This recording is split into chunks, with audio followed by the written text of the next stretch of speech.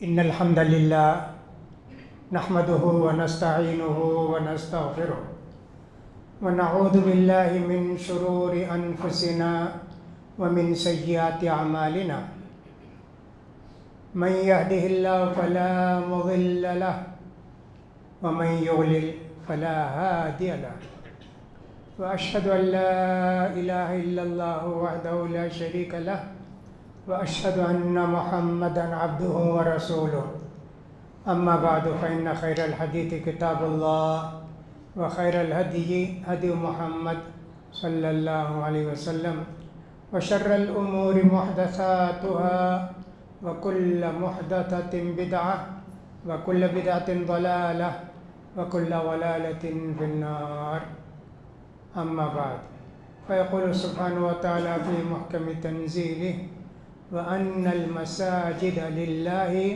فلا تدعوا مع الله أحدا ويقول الرسول صلى الله عليه وسلم أول ما يحاسب بالعبد يوم القيامة الصلاة.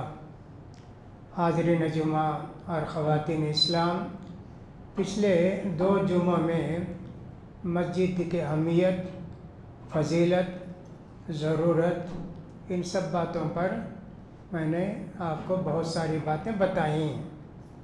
مسجد کی اہمیت فضیلت کے لیے اتنا ہی کافی ہے. اللہ تعالیٰ نے کہا مسجدیں اللہ کا گھر ہیں، یہ کسی اور کا گھر نہیں، یہ اللہ کے گھر ہیں. وہ جھوپڑا ہو تو بھی صحیح، بلڈنگ ہو تو بھی صحیح، یہ اللہ کے گھر ہیں. یہ اس کی بہت بڑی فضیلت ہے.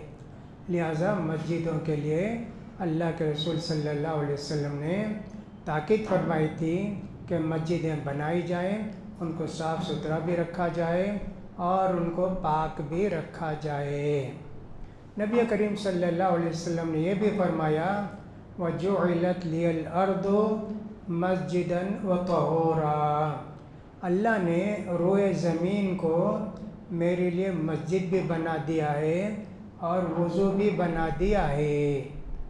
جس آدمی کو نماز کا وقت کہیں بھی مل گیا اس کو چاہیے کہ نماز وہیں پڑھ لے. سفر میں رہتے ہیں، کہیں اور رہتے ہیں، مسجد کہاں تلاش کریں گے؟ دنیا کی پوری زمین ہمارے لیے مسجد ہے، جہاں بھی پڑھیں گے ہماری نماز ہو جائے گی. جبکہ اس سے پہلے یہودی اور نصارہ کے لیے ضروری تھا وہ آ کے اپنے چرچ ہی میں نماز پڑھیں، کہیں بھی دوسری جگہ نماز نہیں پڑھ سکتے. کسی بستی میں کسی سفر میں نکلے تلاش کرتے ہوئے جانا کہ چرچ کہاں ہے، فلاں ہے، وہیں جا کر نماز پڑھنا. لیکن اللہ کے رسول نے ہمارے لیے سہولت دی ہے. اس کا یہ مطلب نہیں ہے کہ مسجدیں بنانے کی ضرورت نہیں ہے. یہ تنہا آدمی، اکیلا آدمی، سفر والے آدمی کے لیے اللہ نے سہولت رکھی ہے. فَإِنَّمَا أَدْرَكَتْهُ الصَّلَاةُ فَإِنَّمَا هُوَ طَهُورُهُ وَمَسْجِدُهُ. جس آدمی کو بھی نماز کا ٹائم ہو جائے اس کے پاس مسجد بھی ہے، اس کے پاس وضو بھی ہے. تیمم کر لیتے ہیں نا، اگر ہمارے لیے پانی نہ ملے تو تیمم کر لیتے ہیں. اور اگر مسجد نہیں نظر آ رہی ہے تو پھر راستے میں کہیں بھی نماز پڑھ لیں گے. اور مسافر کے لیے بھی مسجد کو آ کر نماز پڑھنا ضروری نہیں ہے، وہ تو قصر نماز پڑھے گا اور ضرورت پر 2 نمازوں کو جمع کر کے بھی پڑھ لے گا. تو مسجد آنے کی ضرورت نہیں، کہیں بھی وہ نماز پڑھ لے سکتا ہے. ہوائی جہاز میں نماز پڑھ لے گا، ٹرین میں نماز پڑھ لے گا، بس میں نماز پڑھ لے گا، جہاں بھی ہوگا. اللہ کے رسول صلی اللہ علیہ وسلم نے حضرت عمران بن حسین سے کہا صلی قائمہ، کھڑے ہو کر نماز پڑھو جی. اگر کھڑے ہونے کی طاقت ہے کھڑے ہو کر نماز پڑھو. تراویح کی نماز میں بھی اور سورج گرہن کی نماز میں بھی بہت سے بوڑھے لوگ جن کو کھڑے ہونا مشکل تھا وہ بھی لاٹھی کے سہارے کھڑے ہوتے تھے. طاقت ہے نا، نہیں بیٹھنا، جب گرنے کا وقت ہوگا تو دیکھا جائے گا. ایسے پڑھتے تھے. پھر فرمایا کہ صاحب اگر نہیں اس طرح کھڑے ہو کر نماز پڑھ سکتے بیٹھ کر نماز پڑھو. بیٹھ کر بھی نہیں، جیسے اسپتال میں آپریشن وغیرہ کے بعد بستر میں ڈال دیتے ہیں تو کہا لیٹ کر نماز پڑھو. اب لیٹ کر نماز پڑھنے کے لیے ہاتھ نہیں ہلانا، فلاں نہیں ہلانا، اشارے سے نماز پڑھو، ایسا اللہ کے رسول نے فرمایا. ایک صحابی تھے جن کا نام تھا عبداللہ بن ام مکتوم. انہوں نے اللہ کے رسول صلی اللہ علیہ وسلم سے آ کے دریافت کیا، اللہ کے رسول مسجد کو لانے والا کوئی نہیں ہے، اللہ کے رسول راستہ بھی خراب ہے، بارش وغیرہ ہو جائے تو اور بھی ذرا خراب ہو جاتا ہے، میں گھر میں نماز پڑھ لوں کیا اللہ کے رسول؟ آپ نے فرمایا ہاں جی پڑھ لو. ابھی وہ مسجد سے نکلے بھی نہیں تھے، بولا ادھر آؤ. کیسے بولے؟ کہا ایسے ایسے بولا. کہا تمہارے گھر تک اذان کی آواز آتی ہے؟ کہاں اللہ کے رسول. کہا اذن فاجب، جب تو تم کو مسجد ہی میں آ کے نماز پڑھنا ہے. اندازہ کریں کہ اللہ کے رسول صلی اللہ علیہ وسلم نے مسجد کو کتنی اہمیت دی تھی. مسجد میں آتے ہیں، ایک دوسرے سے ملتے ہیں جلتے ہیں، تعارف ہوتا ہے، مسائل حل کرتے ہیں، کوئی فیصلہ کرنا ہے شریعت کے مطابق، کسی کو قاضی بنا کر بیٹھا دیا، کس کی کیا مشکلات ہیں، نکاح ہے، طلاق ہے، معاملات ہیں، خریدنا بیچنا ہے، سارے فیصلے اللہ کے رسول کے زمانے میں بھی اور ایک عرصے دراز تک بھی مسجد میں ہوا کرتے تھے. الگ سے کوئی دفتر نہیں تھا، الگ سے کوئی آفس نہیں تھا، الگ سے کوئی ٹریننگ سینٹر نہیں تھا، کچھ بھی نہیں تھا، مسجد ہی سب کچھ تھی. اس لیے ہمیشہ مسجد آباد رہتی تھی. اس کے بعد بھی ہم نے دیکھا دمشق وغیرہ کی جامع مسجد میں کتنے لوگ پڑھاتے تھے. کوئی تفسیر پڑھا رہے ہیں، کوئی حدیث پڑھا رہے ہیں، کوئی فقہ پڑھا رہے ہیں، کوئی اور کچھ پڑھا رہے ہیں. ایک ہی مسجد میں 10 15 20 مدرسے ہوتے تھے. نماز کا وقت ہوتا سب ایک ساتھ، نماز کے بعد وہاں حلقے لگتے تھے. اب دیکھا کہ اللہ کے رسول نے کہا نہیں جی تم آ کے مسجد میں نماز پڑھو. یہ عورتوں کے لیے نہیں ہے، یہ مردوں کے لیے ہے. تو مسجد کی اہمیت دیکھیں کتنی ہے. نبی کریم صلی اللہ علیہ وسلم کے زمانے میں مسجد نبوی کوئی جھاڑو دیتے تھے، ایک آدمی ایک عورت جھاڑو دیتی تھی یا دیتے تھے. ان کا انتقال ہو گیا، رات میں ان کو لے جا کے دفن کر دیے. اللہ کے رسول صلی اللہ علیہ وسلم کو اطلاع نہیں دیے. نبی کریم صلی اللہ علیہ وسلم نے دریافت کیا وہ عورت کہاں گئی، یا وہ جو مرد جو جھاڑو دیتے تھے کہاں گئے؟ اللہ کے رسول ان کا انتقال ہو گیا. ہم نے لے جا کے جنازے کی نماز پڑھ کے ان کو دفن کر دیا. کہا مجھے نہیں معلوم کرائے، چلو کہاں ہے اس کے خبر بتاؤ. قبرستان میں لے جا کے جگہ بتائی، اس عورت کی خبر ہے یا اس مرد کی خبر ہے جو بھی مرے تھے. اللہ کے رسول جنازے کی نماز پڑھے اور صحابہ بھی آپ کے پیچھے قبرستان میں جنازے کی نماز پڑھے. نفل نماز، فرض نماز وغیرہ قبرستان میں نہیں پڑھ سکتے، لیکن جنازے کی نماز قبرستان میں پڑھ سکتے ہیں. تو اللہ کے رسول نے فرمایا یہ قبریں، اللہ کے رسول کے زمانے کا واقعہ ہے نا، یہ قبریں تاریکی اندھیرے سے بھری رہتی ہیں. اللہ کی مہربانی سے میں جب نماز پڑھتا ہوں روشنی آ جاتی ہے. یہ اللہ کے رسول نے فرمایا. تو مسجد کی خدمت کرنے والے کے لیے اللہ کے رسول نے کتنی اہمیت دی، بہت اہمیت دی نا. تو مسجد کے لیے جو خدمت کرتے ہیں ان کے اندر ایک حدیث میں یوں بھی آیا کہ جس آدمی کو آپ مسجد کی صفائی کرتے ہوئے دیکھیں اس کے ایمان کی گواہی دو، ہاں بھی پکا مومن ہے، اللہ کے گھر کی صفائی کرتا ہے، اللہ کے گھر کو خس و خاشاک سے پاک رکھتا ہے، ایمان کی گواہی دو. اللہ کے رسول صلی اللہ علیہ وسلم نے ایسے فرمایا. جہاں تک مسجد کو صاف ستھری اور پاک رکھنے کا حکم ہے، اس سے پہلے میں نے بتایا کہ کوئی بھی بدبو کی چیز کھا کے مسجد کے اندر نہیں آنا. کچا لہسن ہے، کچی پیاز ہے، اسی طرح دوسری چیزیں ہیں، جائز نہیں. اسی لیے بہت سا ایک عرصے دراز تک بیت الخلاء مسجد سے دور بناتے تھے، اس کی بدبو نہ آئے، اس کی بدبو مسجد کے اندر نہ آئے. بلکہ میں نے تو بنارس وغیرہ کے اندر دیکھا مسجد میں بیت الخلاء نہیں بناتے، خالی ایک پیشاب خانہ رہتا ہے مسافروں کے لیے. بس اتنا ہی تھا، بیت الخلاء میں کہیں نہیں دیکھا۔ البتہ ہمارے یہاں ساری چیزیں بنائی جاتی ہیں اور ان کے بدبو سے بھی ان کی حفاظت کی جاتی ہے، لیکن یہ جو کہا گیا کہ بدبو کی چیزوں سے مسجد کو بچاؤ، تو اس کا مطلب یہ بھی ہوا اس طرح کی کوئی بات ہو تو دور بنانا چاہیے اگر بدبو آتی ہو۔ اگر کسی نے زمین وقف کی مسجد کے لیے اور یہ کہا یہ میری یہ گرون زمین صرف مسجد کے لیے ہے، یا مسجد بنائیں گے، نماز پڑھیں گے، اتنا بولے، اب اس میں کچھ بھی نہیں بنا سکتے، مسجد ہی بنانا۔ اگر کسی نے یہ کہا یہ جو زمین میں وقف کر رہا ہوں مسجد کے لیے اور مسجد کی ضروریات کے لیے اور فائدے کے لیے، ایسے وقف میں لکھے۔ اب مسجد کی ضروریات کیا کیا ہیں؟ مسافر آتے ہیں، ان کی ضرورت رہتی ہے، استنجا خانہ بنانا پڑتا ہے، ضروریات میں آتا ہے۔ فائدے، مسجد کے اندر آپ دکانیں بنا سکتے ہیں، بنا کے اس کے کرائے سے مسجد کے انتظامات کے لیے، دیکھ بھال کے لیے، صفائی کے لیے، تنخواہ کے لیے دکانیں بنائی جا سکتی ہیں۔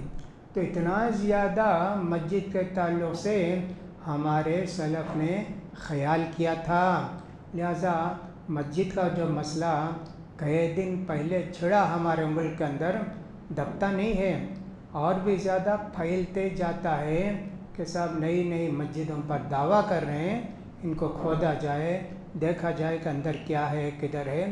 ضد کی بات ہے، ضد کی بات ہے، اور حکومت بھی اپنے فیصلے سے مسلمانوں کو مایوس کر رہی ہے، اور کورٹ بھی اور جو ہے سمجھیے کہ ایک طرح سے مسلمانوں کو مایوس کر رہا ہے، جیسا کہ دیکھا گیا۔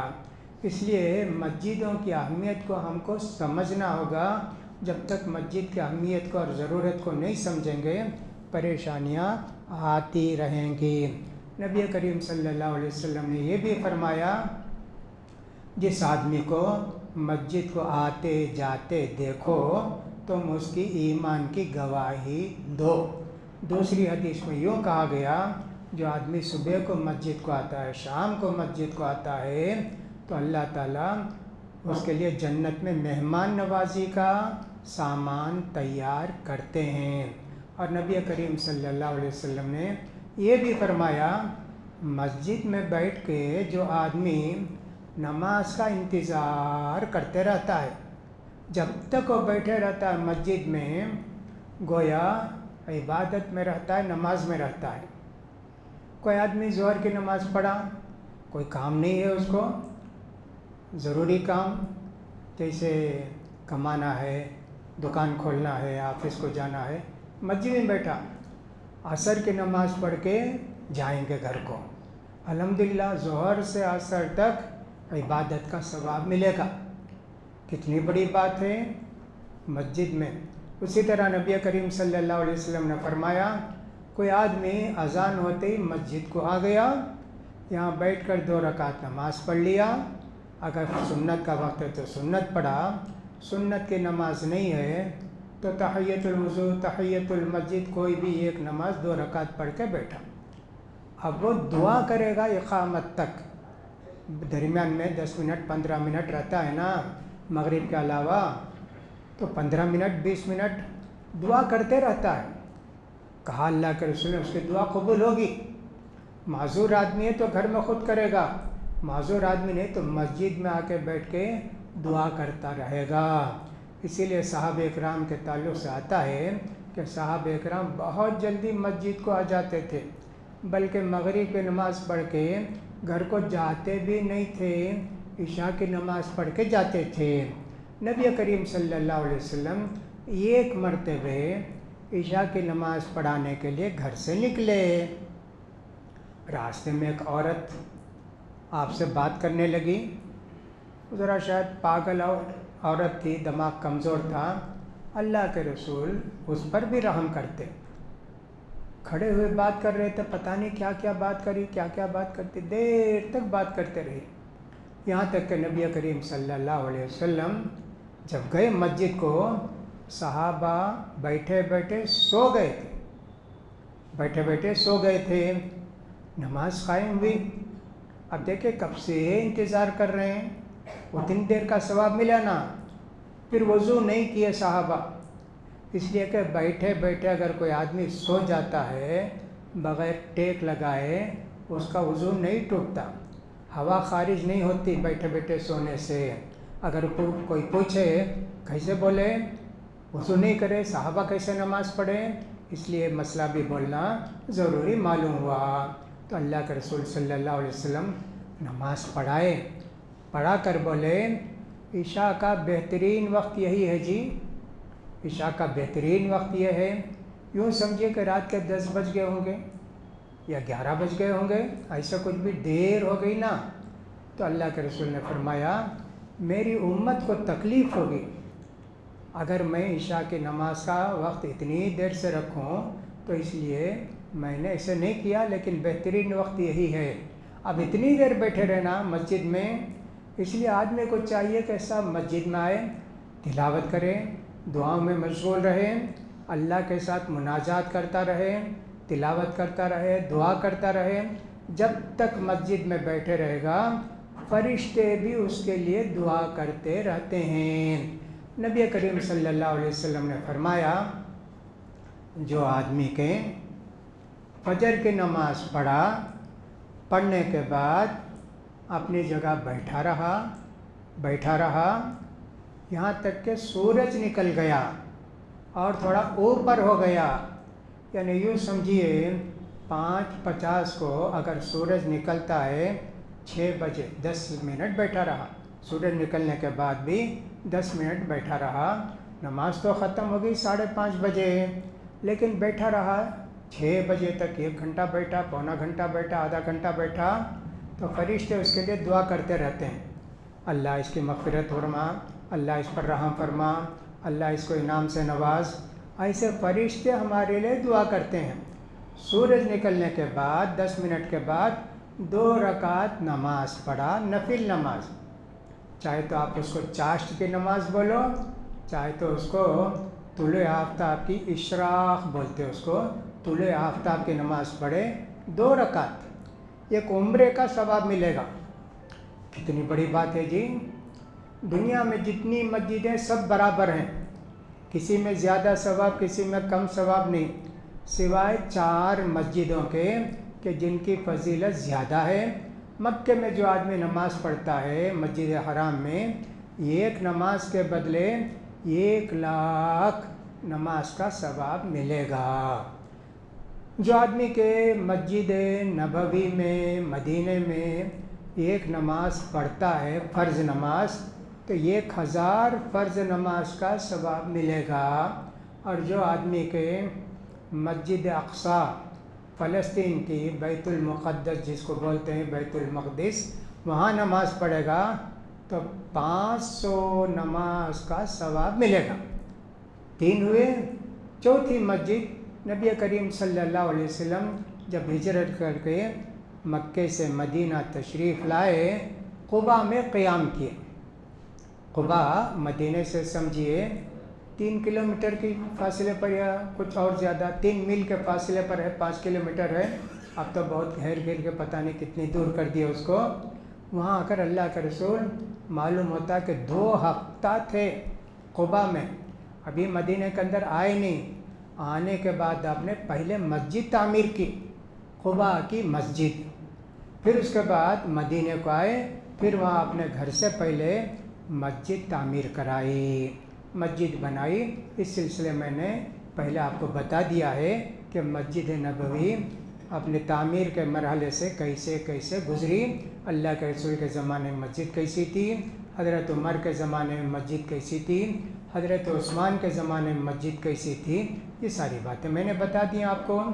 تو اللہ کے رسول صلی اللہ علیہ وسلم فرماتے ہیں من تطہر فی بیتہ ثم اتی مسجد قباء فصلی فیہ رکعتین کانت لہ اجر عمرۃ۔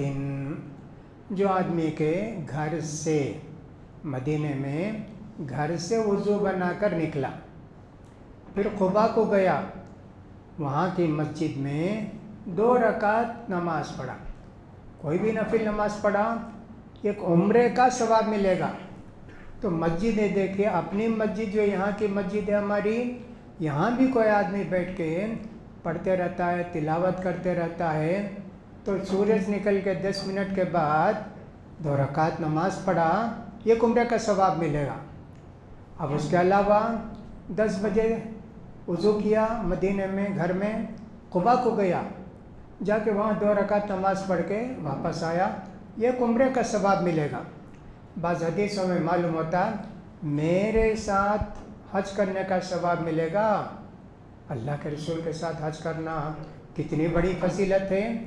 مسجدیں اللہ کا گھر ہیں، ان کی حفاظت ہمارے لیے ضروری ہے۔ آج کل کے حالات میں تو اس بات کا تقاضا کیا جاتا ہے مسجدوں کو آباد رکھا جائے، مسجدوں کو خالی نہ رکھا جائے، مسجدوں کو بند کر کے نہ رکھا جائے، بلکہ لوگوں کو چاہیے کہ مسجد کو آتے جاتے رہیں۔ لیکن ہمارے یہاں ہوتا ایسا ہے کہ بغیر نماز کا جب وقت ختم ہو جاتا ہے، مسجد بند کرنا چاہیں، شہروں کے اندر خاص کر بعض آزو بازو والے لڑنے آتے ہیں، نہیں مسجد کھلی رکھو۔ کیا کرنے کے لیے؟ نماز پڑھنے کے لیے، نعوذ باللہ، استنجا کرنے کے لیے۔ کہا کہ صاحب ہمارے گھر میں نہیں ہے، بیت الخلا نہیں ہے، کھلی رکھو۔ یہ کیسے لوگ ہیں؟ نماز کے لیے تو نہیں آتے، لیکن اپنی ضرورت پوری کرنے کے لیے، اپنی گندگی کو مسجد میں گرانے کے لیے آتے ہیں۔ کیسے بیوقوف لوگ ہوں گے، کیسے نادان لوگ ہوں گے۔ ان کے لیے تو مسجدیں بند ہی رکھنا چاہیے۔ نماز بھی پڑھتے ہیں، ضرورت کے لیے بھی آتے، کوئی بات نہیں، نماز تو نہیں پڑھتے، بلکہ بسا اوقات ایسا بھی ہوتا ہے جو مسلمان نہیں ہیں وہ بھی آ جاتے ہیں، ان کو معلوم ہو کہ صاحب استنجا خانہ فلاں جگہ مسجد میں ہے، وہ بھی آ کے استنجا کر کے مزے سے جاتے ہیں۔ کتنی پریشانی کی بات ہے۔ دیکھیے، مسجدیں کھلی رکھنی چاہیے نماز پڑھنے والوں کے لیے، ذکر کرنے والوں کے لیے، مسجد میں آرام کرنے والوں کے لیے۔ دھوپ ہے، پریشان ہے آدمی، کہیں کھڑے ہونے کی جگہ نہیں، اللہ کے گھر میں آئے گا، آ کے یہاں نماز پڑھے گا، یہاں بیٹھے گا، تلاوت کرے گا، کوئی بات نہیں۔ نبی کریم صلی اللہ علیہ وسلم فرماتے ہیں اللہ تعالیٰ قیامت کے دن 7 قسم کے خوش نصیبوں کو اپنے عرش کے سائے کے نیچے جگہ دے گا۔ ان میں سے آپ نے فرمایا وَرَجُلٌ قَلْبُهُ مُعَلَّقٌ بِالْمَسَاجِدِ، ایک اللہ کا نیک بندہ وہ بھی ہے مسجد میں اس کا دل اٹکا ہوا ہے۔ کیا مطلب؟ یعنی نماز پڑھ کے گیا ظہر کی، عصر کے وقت کا خیال کرتے رہتا ہے، ٹائم ہوا کیا عصر کا، ٹائم ہوا کیا عصر کا، چاہے دکان رہے کوئی اور چیز ہو، ایک مرتبہ نماز پڑھ کے، ایک وقت کی نماز پڑھ کے جاتا ہے گھر کو یا دکان کو، کہیں بھی جاتا ہے، عصر کو آنے کی فکر اسے رہتی ہے، عصر پڑھ کے گیا تو مغرب کو آنے کی فکر رہتی ہے۔ ایسا ہمیشہ اس کا دل مسجد میں اٹکا ہوا ہوتا ہے۔ ضرورت پڑتی ہے تو مسجد کی صفائی بھی کرتا ہے۔ یہ کوئی ضروری نہیں کہ صرف مؤذن ہی مسجد کی صفائی کرے، دوسرے لوگ بھی ضرورت پر مسجد کی خدمت کریں، ثواب ملے گا۔ فرض کیجئے مسجد میں کوئی کچرا وغیرہ کہیں ہے، اٹھا کے ہم نے باہر ڈال دیا، تو اللہ کے رسول نے تو فرمایا نا کہ کسی کو آپ نے مسجد کی خدمت کرتے ہوئے دیکھا تو اس کے ایمان کی گواہی دو۔ یہ نہیں کر سکتے مؤذن ادھر دیکھ یہاں کچرا اٹھا کے باہر ڈال، نہیں جی، آپ کو بھی موقع ہے نا، آپ بھی ثواب کما سکتے نا، ایسے ہونا چاہیے۔ اسی طرح مسجد میں اذان ہوتی ہے، اذان جب ہوتی ہے تو شیطان بہت دور بھاگتے ہیں۔ نبی کریم صلی اللہ علیہ وسلم فرماتے ہیں ہر نمازی مسلمان کے ساتھ شیطان لگا رہتا ہے، یہاں تک کہ جب اذان ہوتی ہے شیطان سے برداشت نہیں ہوتا، اذان کی آواز اس کو بہت زیادہ تکلیف دیتی ہے۔ بعض علماء کے متعلق آتا ہے کسی کو شیطان پکڑا ہوا ہے، اس کو بولتے آصب زدہ انسان ہے، تو کہا کہ اس کے کان میں خوب اذان دو، شیطان چھوڑ کے بھاگ جائے گا، ایسے بولتے ہیں۔ لہٰذا مسجد میں اذان ہوتی ہے، دور تک آواز جاتی ہے، وہاں تک شیطان بھاگتا۔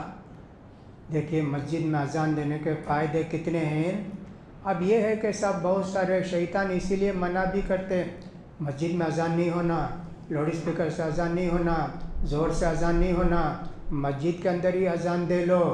ایسا کہتے ہیں اللہ کے رسول فرماتے ہیں بھاگتا ہے شیطان، پھر جب اذان ختم ہوتی ہے واپس آتا ہے، آ کے جو نماز کو جانا چاہتے ہیں ان کے دل کے اندر وسوسے ڈالتے رہتا ہے۔ کیا وسوسے ڈالتا ہے؟ ابھی بہت دیر ہے نا، ابھی بہت دیر ہے، تھوڑی دیر کے بعد جائیں گے، کرتے کرتے نماز کے لیے نکلتا ہے، اس کے کسی دوست وغیرہ کو لا کے ملاتا ہے۔ یہ حدیث میں نہیں آیا ہے، میں اپنی طرف سے بولتا ہوں، ارے آپ آئے کیا؟ بہت دن کے بعد آئے جی، چلو چائے پئیں گے، چائے پیے، اس کے ساتھ نماز بھی ختم ہو گئی، گیا۔ دیکھو شیطان کیا کرتا ہے۔ اور اگر وہ آدمی وہ سب نہیں، سیدھا مسجد کو آیا، آ کے وضو کیا، اس لیے کہ گھر میں وضو کرے تو فضیلت بہت زیادہ ہے، لیکن ہر آدمی کو گھر میں وضو کرنے کی سہولت نہیں ہے نا، مسجد میں آ کے وضو کیا، وضو کر کے نماز پڑھا امام کے پیچھے تنہا، اب شیطان پھر بھی وہاں آ جاتا ہے، آ کے اس کے دل کے اندر کیا کیا بھول گیا وہ سب یاد دلاتے رہتا ہے، یہاں تک کہ آدمی کو سمجھ میں نہیں آتا 2 رکعت پڑھا کہ 3 پڑھا، 3 پڑھا کہ 4 پڑھا۔ شیطان ایسے وسوسے ڈالتے رہتا ہے، تو اللہ کے رسول فرماتے ہیں اگر شیطان وسوسہ ڈالے جو 2 یا 3، 2 تو یقینی ہے نا، اس کو تم سمجھ کے باقی نماز پڑھ لو اور سلام پھیرنے سے پہلے 2 سجدے سہو کر لو، تمہارا وہ جو شیطان کا تھا وسوسہ وہ ختم ہو جائے گا۔ عثمان بن ابی العاص کہتے ہیں کہ میں اسلام لانے کے بعد ہمیشہ شیطان نماز میں مجھے بہت پریشان کرتا تھا، وہ کیا کیا یاد دلاتا تھا، میں نے اللہ کے رسول سے کہا تو اللہ کے رسول نے فرمایا شیطان جب بھی وسوسہ ڈالے تم کو کیا کرنا چاہیے، اعوذ باللہ من الشیطان الرجیم، آہستہ سے دل میں پڑھ کے پھٹکار لینا چاہیے، پھو پھو پھو، ایسے کہا، میں نے بہت دن کیا، اب وسوسہ نہیں آتا ہے۔ دیکھیں مسجد کی کتنی چیزیں ہیں، اللہ کے رسول نے فرمایا قیامت کے دن سب سے پہلے نماز کا حساب ہوگا، وہی نماز ہوگی جو مسجد میں پڑھے ہوں گے لوگ، کامل نماز ہوگی، وہی نماز نا، معمولی نماز نہیں۔ اس لیے ہم کو چاہیے کہ مسجد کی طرف خاص توجہ دیں، مسجد کی حفاظت کریں، کچھ بھی کہیں ہو جائے خبر ملے تو مسجد کے لیے فوراً آئیں، مسجد کی خدمت کریں۔ فلسطین کو آپ جانتے ہیں، یہودی کتنے سال سے وہاں پریشان کر رہے ہیں مسلمانوں کو، اس میں اچھے مسلمان بھی ہیں، برے مسلمان بھی ہیں، لیکن مسجد کی محبت کتنی ہے ان کے دل میں۔ جمعے کا دن آتا ہے 30 سے 50 ہزار آدمی آ کر نماز پڑھتے، حالانکہ یہودی ان کو مارتے، راستہ نہیں دیتے، بھگاتے، سب کچھ کرتے، پھر بھی مار کھاتے۔ ابھی کل بھی جو ہے 3 آدمی شہید ہوئے وہاں فلسطین میں اسی سلسلے میں، اتنا کرنے کے باوجود دیکھیں جمعے کے دن 30 سے 50 ہزار آدمی آ کر نماز پڑھتے۔ اس مسجد کی حفاظت کریں گے، جان بھی گئی تو کوئی پرواہ نہیں، جان دیتے جاتے ہیں۔ صرف 1 سال میں 1760 آدمی مسلمان شہید ہوئے مسجد کی حفاظت میں، مسجد کی حفاظت کرنے کے لیے۔ مسجد کی حفاظت کے لیے جان بھی جائے تو کوئی بات نہیں، ایسے کرتے رہتے ہیں مسلمان۔ مسجد کی حفاظت ان کے لیے ضروری ہے، مسجد کی تعمیر ترقی بھی ان کے لیے ضروری ہے۔ اللہ سے دعا کہ اللہ تعالیٰ ہم سارے مسلمانوں کو مسجد کی حفاظت کرنے کی توفیق نصیب فرمائے، اللہ تعالیٰ مسجدوں کو آباد رکھنے کی توفیق نصیب فرمائے۔ اللہ تعالیٰ کے دشمن اور ہمارے جو دشمن مسجد کو برباد کرنا چاہتے ہیں، اللہ ان کے گھروں کو برباد کرے، اللہ ان کے رہنے والوں کو برباد کرے، اللہ تعالیٰ ان کے فتنے سے ساری مسجدوں کو بچائے، سارے مسلمانوں کو بچائے۔ اللہ تعالیٰ زیادہ سے زیادہ دیندار ہم کو بنائے، جو بے نمازی اللہ تعالیٰ ان سب کو نمازی بنا دے۔ اللہ تعالیٰ ہماری نیکیوں کو قبول فرمائے، ہماری کوتاہیوں کو، غلطیوں کو معاف فرمائے۔ اقول قولی ھذا واستغفر اللہ لی ولکم ولسائر المسلمین فاستغفروہ انہ هو الغفور الرحیم۔